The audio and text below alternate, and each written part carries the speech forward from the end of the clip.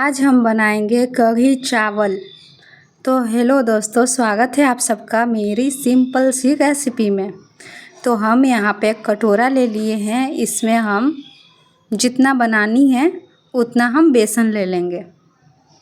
यहाँ पे बेसन भी दो तरह की होती है, जो हम लोग पकौड़ा खाने में यूज करते हैं, आपको वही बेसन लेनी है।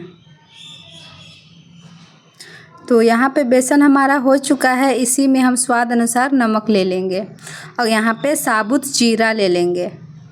ये ऑप्शनल नहीं है, डालना ज़रूरी है। उसके बाद इसे हम लोग अच्छे से मिक्स कर लेंगे। मिक्स करने के बाद यहाँ पे हम 2 साइज का प्याज काटे थे, बड़े साइज का, उसका हम आधा ले लेंगे। रफली चॉप प्याज काटे हैं। ये ऑप्शनल है, अगर आप डालना चाहते हैं तो डालिए, अन्यथा स्किप कीजिए। फिर इसमें हम ज़रूरत के हिसाब से पानी डालेंगे। इसमें हमें हल्का हल्का करके ही पानी डालनी है, क्योंकि अगर हम एक साथ ज़्यादा डालेंगे तो गुठली बनने का डर है, और गुठली हमें नहीं चाहिए। इसमें एकदम स्मूथ होना चाहिए। यहाँ पे आप चाहो तो थोड़ा सा मीठा सोडा भी डाल सकते हैं, और इसे अच्छे से फेंटनी है। फेंटेंगे तभी ये हमारा फूलेगा। फिर यहाँ पे हम रिफाइंड तेल ले लिए हैं। यहाँ पे रिफाइंड तेल थोड़ा सा ही लेना है। अगर हम यहाँ पे ज़्यादा लेंगे और बॉल्स अगर डालेंगे तो वो बिखर जाते हैं, या फिर क्या होता है कि नाक नक्शा बन जाता है। तो यहाँ पे ये ध्यान देना है कि यहाँ पे अगर हमारा तेल कम होगा तो एकदम परफेक्ट बड़ी बनेगा। मतलब पकौड़ा का जो बॉल्स है वो परफेक्ट बनेगा, क्योंकि आधा ही तेल में डूब गया है ना, इसलिए। तो यहाँ पे अगर आपको परफेक्ट बनाना है तो आप थोड़ा सा ही तेल लीजिएगा और उसमें तलिएगा, तो अच्छा रिजल्ट मिलेगा आपको। और यहाँ पे हम बेकिंग सोडा का यूज नहीं किए हैं। अगर आप चाहो तो थोड़ा सा डाल सकते हैं, कोई दिक्कत नहीं है। आप बेशक जो पकौड़ा बनाते हैं आपको वही बनानी है। अगर आप परफेक्ट बना सकते हैं ज़्यादा तेल में भी तो आप बना सकते हैं, कोई दिक्कत नहीं है। फिर यहाँ पे हमें उलटते पलटते हुए पकानी है। ऐसे तो पकौड़ा बनाना सबको ही पता है, बताने की ज़रूरत नहीं है, फिर भी मैं बता दे रही हूँ। फिर ये जब सुनहरा सा हो जाए उसके बाद इसे हम लोग निकाल लेंगे। आगे हम छन्नी में निकाल रहे हैं, क्योंकि जो एक्स्ट्रा तेल है वो निकल जाए। तो इसी तरह से हमें और भी जितना पकौड़ा है उसे हम लोग तल लेंगे।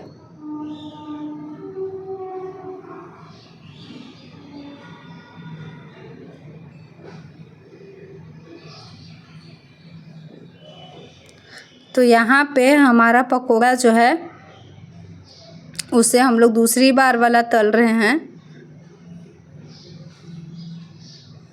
पकौड़ा तलने में सबसे बड़ी बात का ध्यान ये रखना है कि यहाँ पे बैटर ना ज़्यादा पतला होना चाहिए और ना ही गाढ़ा। अगर पतला होगा तो वो तेल में जाते ही बिखर जाएगा, और गाढ़ा होगा तो जो इसका जो बन रहा है बड़ी, उसके अंदर ग्रेवी ही नहीं जाएगा और कड़क होगा। तो इसीलिए हमें इतना इसे सॉफ्ट बनानी है कि अंदर तक जो हम लोग ग्रेवी बनाएंगे वो पहुँचे, और जब अंदर तक ग्रेवी पहुँचेगा वही हमारा परफेक्ट कढ़ी बनेगा। तो यहाँ हमारा बन चुका है सारे बॉल्स, और जिसमें हम लोग घोले थे बेसन उसमें हम डाल देंगे थोड़ा सा पानी, और पानी डाल के घोल बना देंगे। अगर आपका नहीं है तो आप 1 चम्मच बेसन डाल के घोल बना लीजिएगा।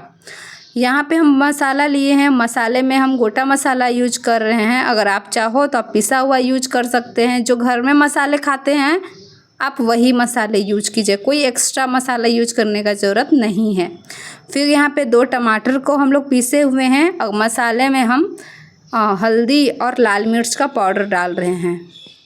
ये जो लाल मिर्च का पाउडर है वो तीखा वाला नहीं है, कश्मीरी लाल मिर्च है, सिर्फ कलर के लिए।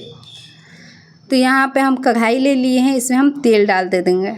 तेल हमें यहाँ पे सरसों का ही यूज करनी है, क्योंकि कढ़ी बनाने में अक्सर सरसों तेल का ही एक अलग सा फ्लेवर आता है।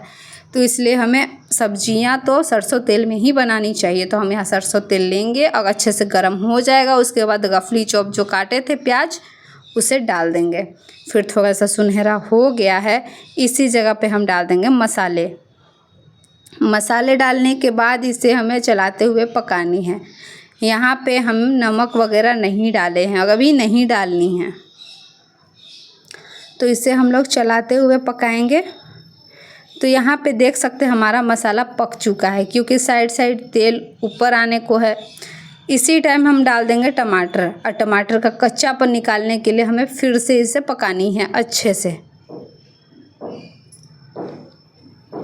तो यहाँ पे हमें चलाते हुए ही पकानी है। अगर आप चाहो तो ढक के भी पका सकते हैं, लेकिन हाँ, नीचे तवे को नहीं लगना चाहिए। ऐसे में जला जला हुआ सा लगता है, क्योंकि थोड़ा सा भी नीचे ज़्यादा खर हो जाता है तो अच्छा नहीं लगता खाने में, तो इसमें ध्यान दें। फिर यहाँ पे जो हम लोग बेसन का घोल बनाए थे उसे भी हम इसी जगह पे डालेंगे। और बेसन का घोल जब हम डालेंगे उसके बाद तुरंत हमें बहुत सारा पानी नहीं देनी है। यहाँ पे हमें पहले पेस्ट को स्मूथ करना है, क्योंकि हमारा जो मसाला है वो अच्छी तरह बेसन में घुल जाए, इसलिए हमें इसे अच्छे से चलाते हुए पकानी है। तो ये हमारा स्मूथ होने को है, देख ही सकते हैं एकदम स्मूथ हो गया है। बेसन और मसाला मिक्स हो चुका है। अब इसी में हम पानी डालेंगे, इसे अच्छे से घोल लेंगे। तो ये देख सकते हैं हमारा बहुत ही सुंदर घोल बना है। ऐसा घोल है, अगर हम पकौड़ा डालेंगे इसमें तो इसमें सारा पानी पी जाएगा। तो यहाँ पे इसी वक्त हमें स्वाद अनुसार नमक डालना है। तो नमक आप ध्यान से डालें, क्योंकि पकौड़ा में भी नमक है। तो यहाँ पे आप स्वाद अनुसार ही नमक डालें, केवल ग्रेवी के लिए। फिर एक अच्छा सा उबाल आने दे, उसके बाद यहाँ पर हम डाल देंगे बॉल्स को, मतलब पकौड़ा को। अब पकौड़ा को थोड़ा सा ढक के पकाएंगे। ढकेंगे तो पूरा नहीं ढकेंगे, नहीं तो फिर बेसन डाले बेसन ऊपर तक आ जाएगा, फिर आपका हो सके तो कढ़ाई से बाहर निकल जाए।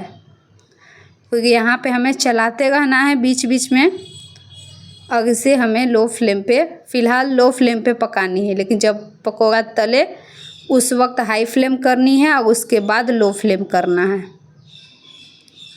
तो इसमें हाई टू लो फ्लेम दोनों यूज होगा। तो ये हमारा हो चुका है। इसमें अब हम गरम मसाला डाल रहे हैं। गरम मसाला हमेशा सब्ज़ी पकने के बाद ही डालना चाहिए, तभी इसमें एक सौंधी सी खुशबू आती है।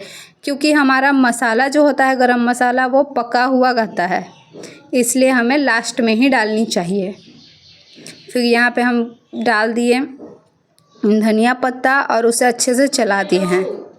अगर आपको इस जगह पे कसूरी मेथी डालनी है तो कसूरी मेथी जो होता है उसको भून लें और उसका पाउडर बना के ऊपर से डाल दीजिएगा, वो भी बहुत अच्छा होता है टेस्ट में। तो ये हम लोग जब हो गया था उसके बाद ढक के रख दिए थे, उसके बाद देख रहे तो ये हमारा सारा पकौड़ा सारा ग्रेवी को पी लिया है। तो ये हमारा परफेक्ट कढ़ी बन चुका है। सो गाइस, आपको ये रेसिपी कैसी लगी प्लीज़ कमेंट कीजिएगा। अच्छी लगेगी तो प्लीज़ एक लाइक कीजिएगा।